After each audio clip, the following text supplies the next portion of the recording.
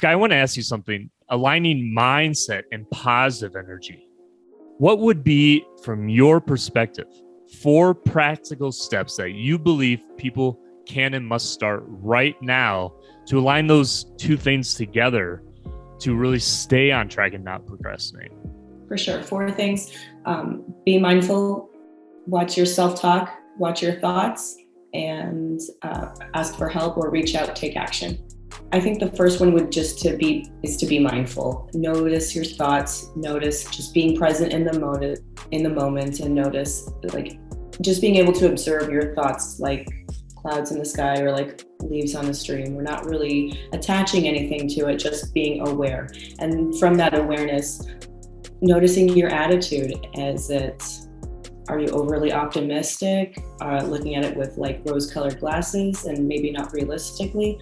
Or are we looking at things too pessimistically and even noticing our thoughts? Are we telling yourself, is this too much? I can't do it. Like, what's observing your self-talk as well, because attitude is everything. How we approach anything is how we're going to do anything. And I think the final step is also the practical piece, and maybe the hardest step is the application, because we might need to reach out and ask for help, which is not always an easy task to do. And sometimes we have to swallow our pride and say, I can't do it all on my own. And that can be really scary because we're going to have to put ourselves out there and potentially risk rejection.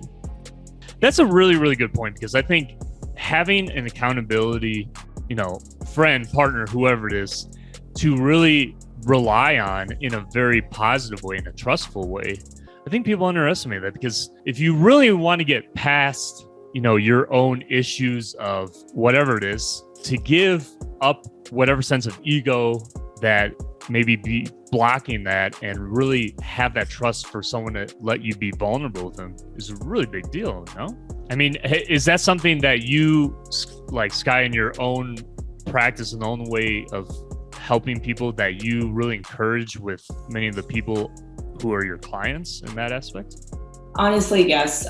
It's a bit of a risk take, but I also have to, both personally and then professionally, it's like, well, what's noticing the cost? What's it going to cost if in the sense of, if I take the risk and ask for help or say no or set a boundary, am I risking long-term fulfillment for temporary, momentarily discomfort?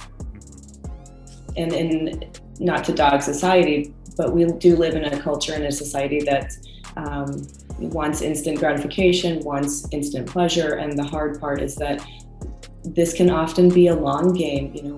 Sometimes it takes weeks, months, years to get where we want and need to be. And that's okay, but it's also about the little steps we can take to get the life that we want and deserve to have.